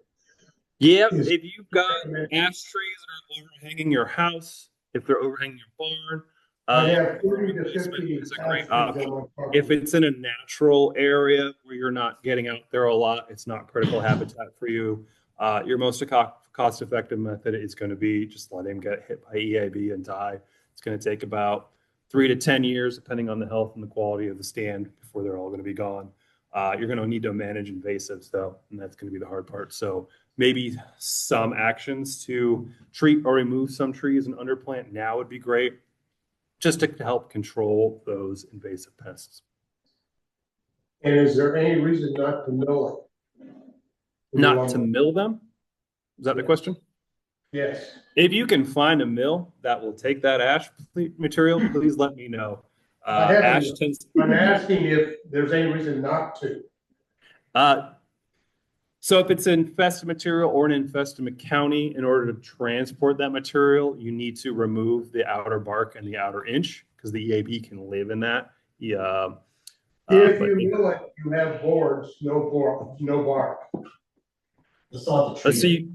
Yeah, ODA has, it's written into the ODA quarantine that in milled material, the outer bark and the outer inch of material needs to be removed before it can be transported out of an infested area. If you're going to do it like at your own house and you've got projects at home, that's fine. But if you're going to transport that outside of Marion or Clackamas County, you need to enter in an agreement with Department of Agriculture, and they will confirm that you are following their quarantine guidelines, which is material. That was my question. Great. Okay. Thank you. Yeah. Thank you all for coming tonight. I know we borrowed about 15 minutes, so I want to be mindful of people's time. Thank you, Matt. It was a great presentation. Real quick, I just wanted to share, if you go to your local watershed council's website, if my screen ever loads, you'll see on the website a button that says Plan for Your Land Materials. If you guys haven't found this already, it takes you to this Google folder where we have all of the stuff that we've talked about today and contacts for people to reach out to. And so there is homework this week. So they're labeled down here at the bottom, 1, 2, 3. The order in which you complete them is intuitive to you. So I just wanted to point those out. And Yeah. Thank you all and have a good night. And if you are driving, drive safe. Yeah.